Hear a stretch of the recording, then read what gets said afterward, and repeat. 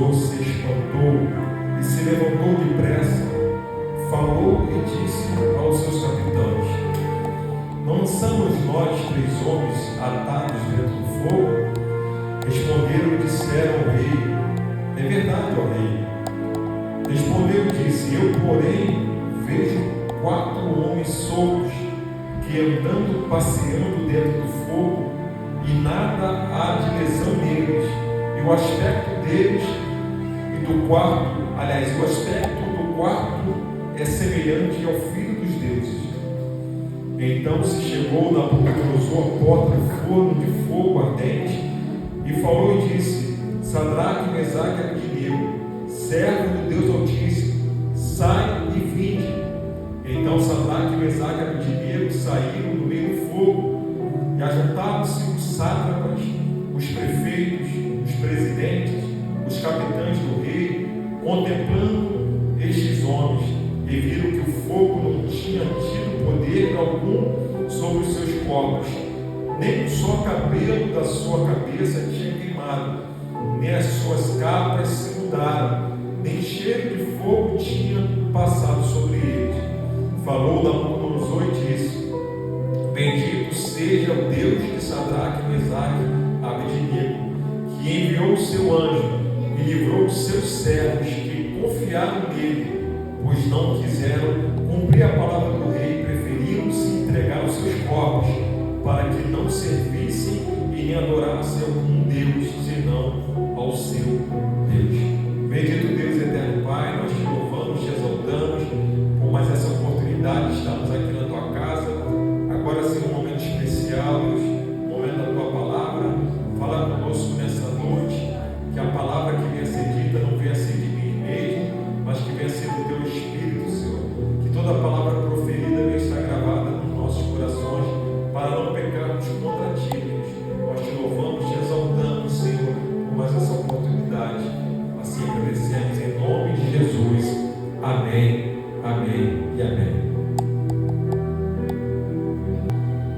E a partir daquele momento, então, Israel começou a viver uma decadência espiritual ao ponto do próprio Deus entregar aquela nação na mão de Nabucodonosor.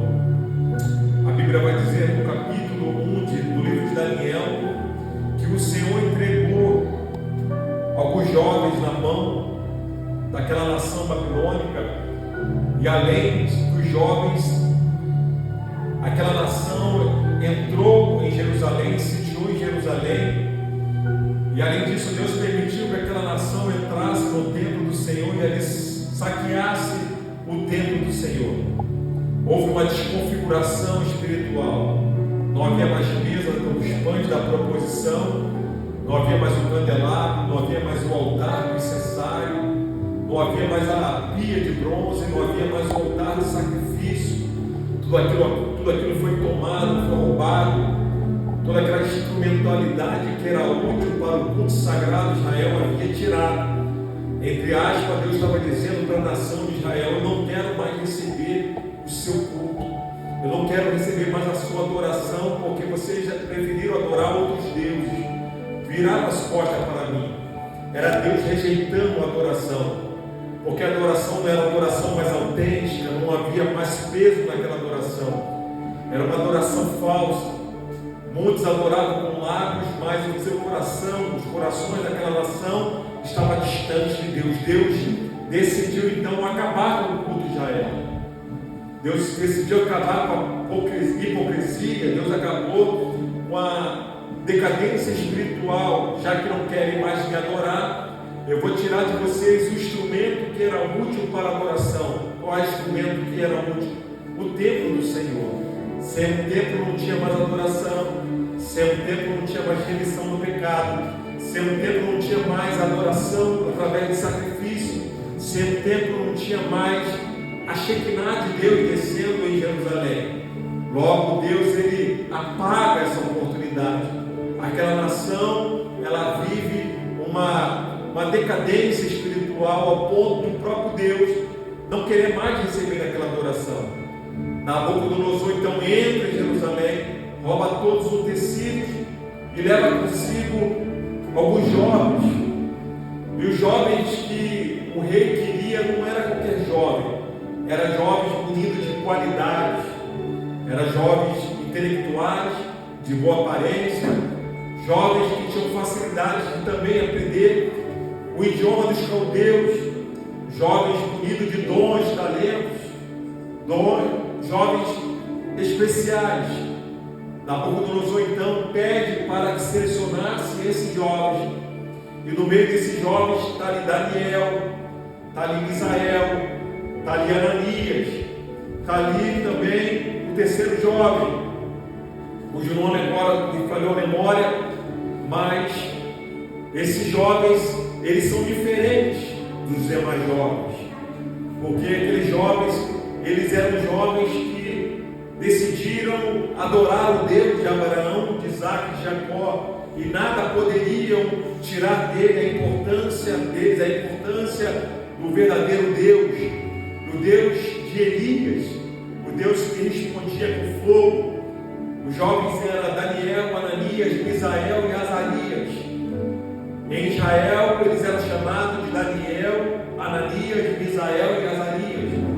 Quando eles são deportados para a Babilônia, o rei da Babilônia muda o nome deles. E os nomes deles são mudados. Daniel colocava o nome de Beltesazar. De Ananias chamaram de Sadraque. Misael passou a ser chamado de Mesaque. E Azarias passou a ser chamado de Abidnego. Era um nome fictício, era o nome da nova cidadania, se assim podemos dizer. Mas o interessante é que essa geração de homens perfeitos, de jovens perfeitos, de jovens intelectualmente perfeitos, doutos em todas as ciências e sabedorias, estar na Babilônia não foram uma opção deles. Estar na Babilônia não foi uma decisão tomada em conjunto. Estar na Babilônia é a consequência de um reflexo de uma espiritualidade decaída, de uma falta de conservadorismo dos pais daquela nação. Os cultos não eram autênticos, os sacerdotes estavam corrompidos. A prioridade não era mais cultuar Deus. Logo, essa geração, uma geração de jovens, elas pagam o preço de uma falta de compromisso da geração anterior.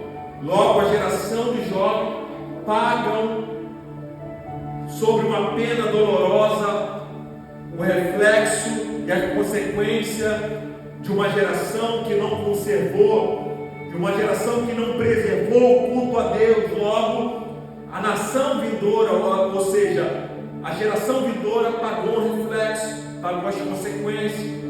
E esses jovens, por não optarem em estarem na Babilônia, Babilônia não foi uma opção, Babilônia não foi uma decisão tomada por eles.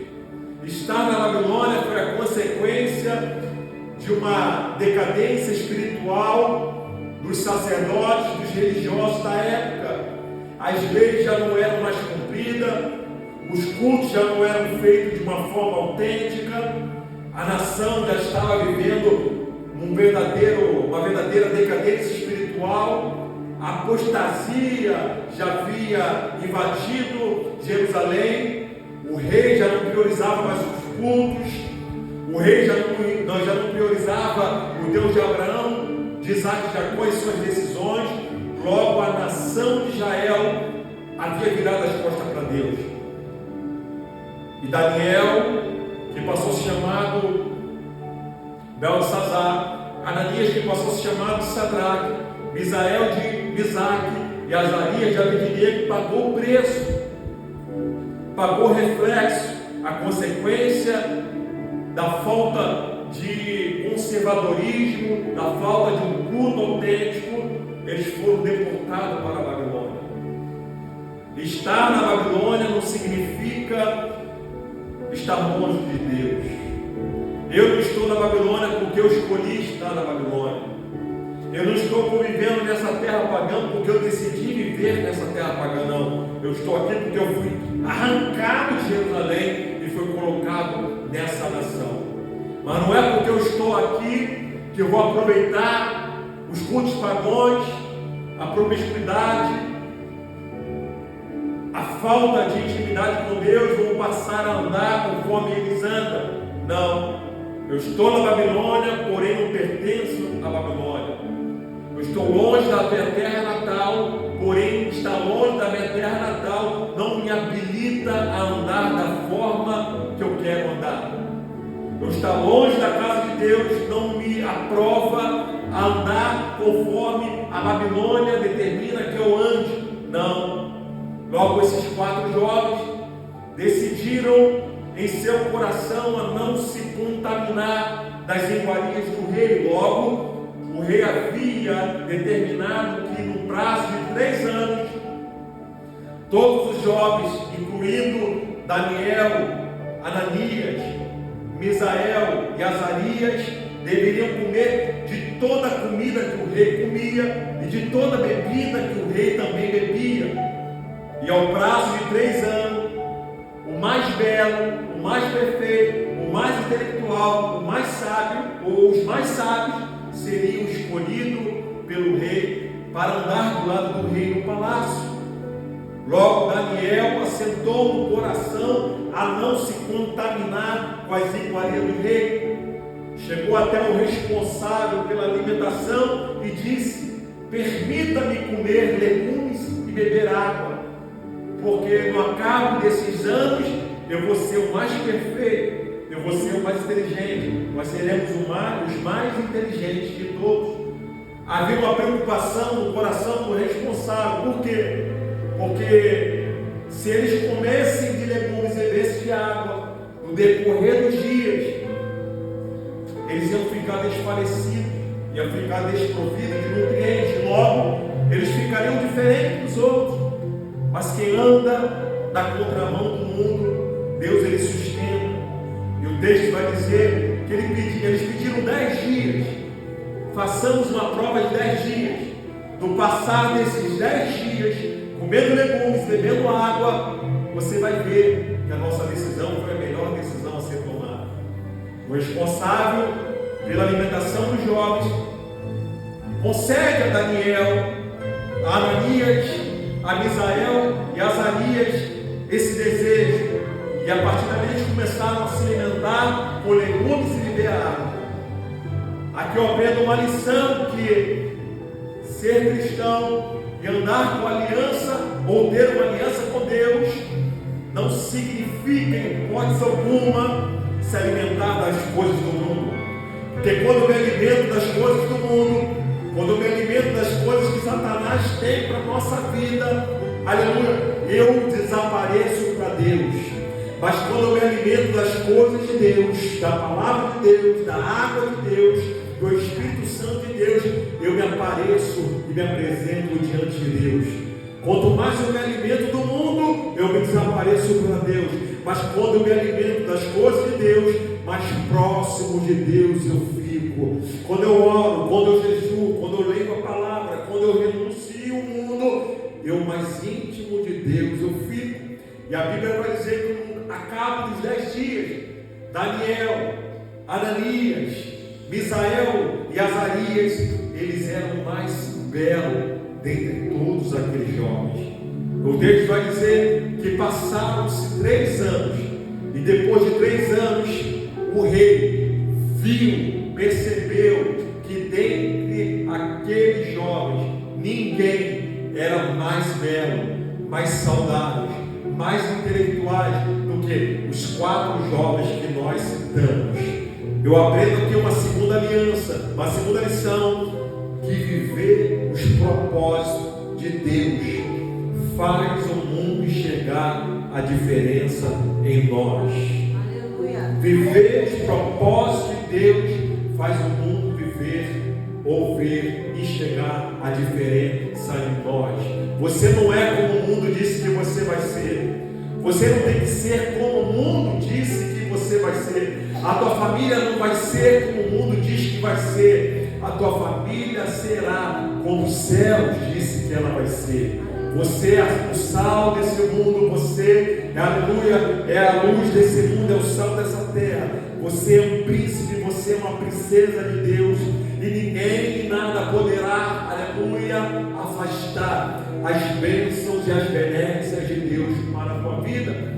E o texto vai dizer que esses 4 jovens se destacaram em beleza, se destacaram em intelectualidade, se destacaram em sabedoria, porque viveram, decidiram andar com Deus.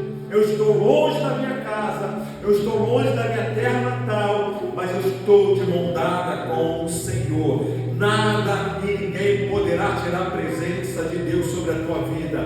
Pode arrancar o altar, pode fechar a porta da igreja, pode, aleluia, tirar em tudo de você, mas nada e ninguém poderá tirar a presença do teu Deus, porque o teu Deus manda te dizer nessa noite: por onde tu andares, por onde tu colocar a planta dos seus pés, eu estarei contigo. Foi assim que ele disse para Josué: não te chamei eu, esforça-te, tem de bom ânimo, aleluia, porque por onde tu andares, eu estarei contigo. Você pode estar na Babilônia, mas você não pertence à Babilônia.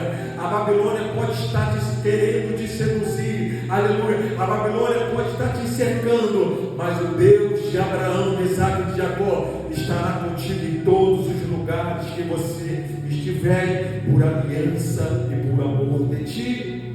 Amém. No capítulo 3, o rei Nabucodonosor, ele decide então confeccionar uma estátua em sua homenagem, uma estátua de ouro polido, ouro fino. E ele decreta que, ao toque de sons, de trombetas, de saltérios, de todo tipo de instrumentos, toda a nação de Israel, aliás, toda a nação da Babilônia, inclusive os deportados, deveriam se prostrar diante daquela estátua. A Bíblia vai dizer que o arauto tocou os instrumentos e toda a nação perfilada começou a se prostrar diante do Deus, aliás, diante daquela estátua. Todos os babilônicos se prostraram diante daquela estátua, mas somente 3 permaneceram de pé. 3 jovens que decidiram a não se curvar para o sistema. 3 jovens que decidiram andar com Deus. 3 jovens que decidiram não se curvar para adoração a outro Deus, a não ser o teu Deus. E o texto vai dizer: por aquela atitude, por não negligenciar o teu Deus, por não renunciar à tua fé, por não virar as costas para o seu Senhor, aqueles 3 jovens foram sentenciados à morte. O decreto do rei Nabucodonosor era o seguinte: que todo aquele que não se prostrasse diante daquela estátua seria jogado dentro de uma fornalha de fogo ardente. Mas quando souberam que era Sadraque, Mesaque e Abednego, levaram o conhecimento do rei, e o texto vai dizer que o rei ficou enfurecido, não esperava essa atitude de jovens nobres, de jovens que andavam no palácio real. Mas andar no palácio real não quer dizer que você vai adorar o teu Deus. Ser escolhido, ser selecionado por Nabucodonosor não significou em hipótese alguma renunciar o Deus de Abraão, Isaac e Jacó. O rei se enfureceu ao ponto de mandar aquecer a fornalha 7 vezes mais. Esse é o preço a ser pago por aqueles que decidiram viver a tua vida em prol do reino de Deus. Podem fazer uma estátua de ouro, podem lançar decretos sobre a tua vida, mas vai valer a pena você não se prostrar diante do sistema. A fornalha pode até estar acesa, ela pode estar até aquecida 7 vezes mais, mas vai valer a pena permanecer fiel diante do teu Deus, porque o teu Deus, Ele em todos os momentos da sua vida vai te guardar de todos os maus. Esse é o preço a ser pago por alguém que decidiu adorar esse Deus, por alguém que decidiu não abrir mão desse Senhor, por alguém que decidiu, aleluia, não se prostrar diante de Deus pagão, de um homem mortal. E o texto vai dizer que esses homens foram sentenciados à morte, amarraram seus braços, atearam seus pés e lançaram na fornalha de fogo ardente, que estava aquecida 7 vezes mais. Esse é o destino para aqueles que são fiéis a Deus. Ser fiel a Deus é enfrentar todas as sentenças impostas pelo mundo por não negar o teu nome. Como está a tua fé diante do teu Deus? Será que você tem essa atitude? Pode ter essa atitude desses homens? Deus, Ele chama a nossa atenção nessa noite. Não se curve diante do sistema, não se curve diante de homens, não mude a direção da sua adoração, porque a adoração da igreja não é na horizontal, a adoração do adorador é na vertical. Ele vai subindo ao céu, vai rompendo os céus e vai chegando até o trono de Deus. A Bíblia diz que a nossa adoração ela chega como um cheiro suave às narinas de Deus, chega como um perfume suave às narinas de Deus, e podemos pagar o preço que for, podemos ser perseguidos, acusados, caluniados, mas não mude a direção da sua adoração. Só existe um destino para a sua adoração. A minha e a tua adoração se chama céu. Não existe outro destino a não ser o céu. Esse jovem nos dá uma grande lição. Esses jovens eles nos dão uma grande lição. Eu posso perder o trono, eu posso perder as regalias reais, eu posso perder até a minha própria vida, mas eu não quero o meu Deus, porque somente a Ele prestarás culto e somente a Ele adorarás. Só que quando esses homens são lançados na fornalha de fogo ardente, algo inusitado acontece, o sobrenatural de Deus acontece. O rei Nabucodonosor ele percebe algo diferente, porque a fidelidade de um homem com Deus faz a nossa realidade mudar. Deus, ele muda a física, a química, ele muda as circunstâncias por causa da nossa fidelidade.